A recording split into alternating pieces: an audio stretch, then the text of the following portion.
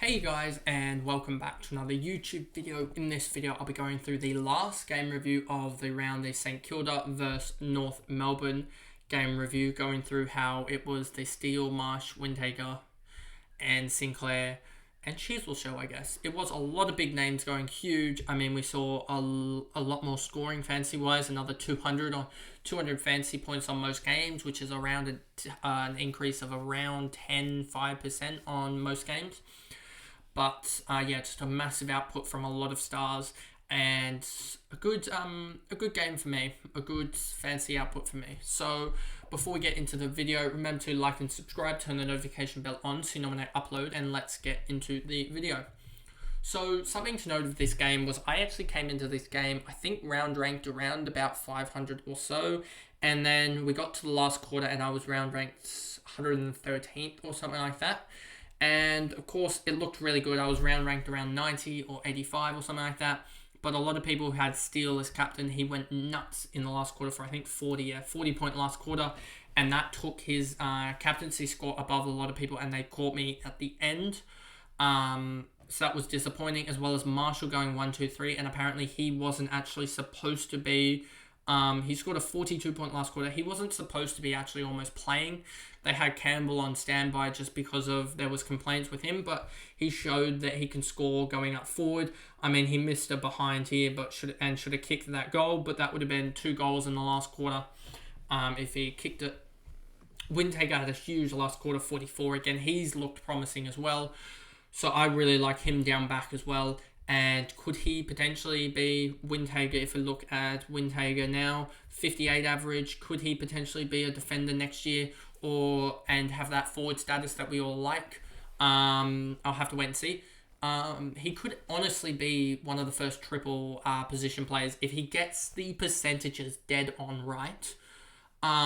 He could be a mid forward, but then be playing back next year and have enough to get that triple position, which could be absolutely crazy for dual position, because he'll be able to just flick everything around. But he's looked amazing these last couple of games. I'm waiting for that dip, and I don't know when that dip will happen because he has played Gold Coast and also North, but he did put good outputs against Melbourne. Against the Eagles, pretty sure he was more of a wing role, so if he gets that defensive role there, I think he's good on. And also, I just think he's good in general because I think next year he could be... I mean, he's probably going to be 70 averaging 70 by the end of the year, and I don't know if 90 is there. But if he's averaging 60 by the end of the year, I think there's a good chance that he is a good... if he keeps forward status, there is a good chance he plays down back next year as well, which will really help him. Sinclair 112 was absolutely huge, 31, 39, 24. A little bit slow in the last quarter, which was annoying, but everyone owns him. Wood 102, a pretty good effort there. Crouch had a really disappointing last quarter when I needed like a 50 out of him in the last quarter to get close to the best round. But yeah, he had a disappointing last and has been slightly disappointing since that 137 or whatever against the Eagles. But, I mean, he's there or thereabouts and will probably be a luxury trade for Laird in the last round of the year, but we'll wait and see on that one. Wangadeen Malera, 89. Wilkie, Owens, Camaminti, Jones, Webster. Philippou, 67, so showing he can score, but we'll wait and see on that one. I don't know whether he's just going to be like an Isaac Heaney type or whether he's actually going to become that midfielder that they need. Higgins, Battle, Sharman, Clark, Bytel, Billings as well, no one else here really to talk about. Then we move over to North Melbourne, and it was the Harry Cheezel first half that just blew it away and blew out my chances basically of having that number 1 rank, as a lot of people do have Cheezel obviously. And yeah, that first half was just annoying.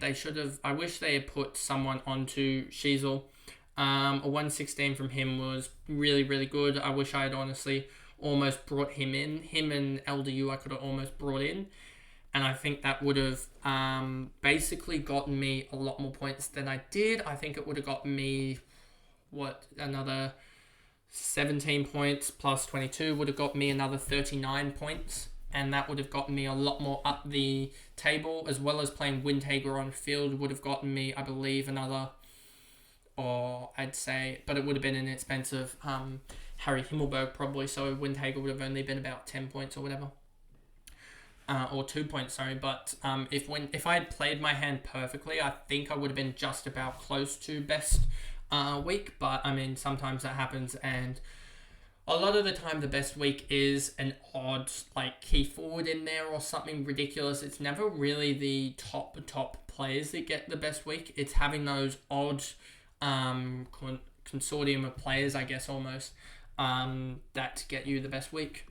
David Uniacke came alive in the last quarter to get himself up to a 104. So am I looking at him? Yes, there is some sort of part that's looking at him, but I'm also thinking he's doing this against St Kilda. Is he going to do a big output game against the big dogs? And I don't know if he will. I mean, if I look at not average, if I look at 3-round average, or 122 he's doing. So I mean, he did score against Geelong, but is he going to score against the other guys? I don't know if he will. So I'll give him a round or two to prove that. Phillips, Shields, Goldstein, Thomas, McDonald's, Tucker, Sherry, Core, Mackay, none of these guys are good enough. Most of these guys aren't even good enough for AFL level, let alone to be fantasy relevant. Larky had a tough game, doing absolutely nothing in the second half. Still kicked 3 goals in the game, and they were all in the first half. Young, Taylor, Stevenson, Curtis, Archer, Zeeble came on in basically the last quarter and got himself 24, but that break-even is just killing his price. And for anyone that held him, I'm sorry to say, but that was, whenever you saw Zeeble was out, you should have just got off him.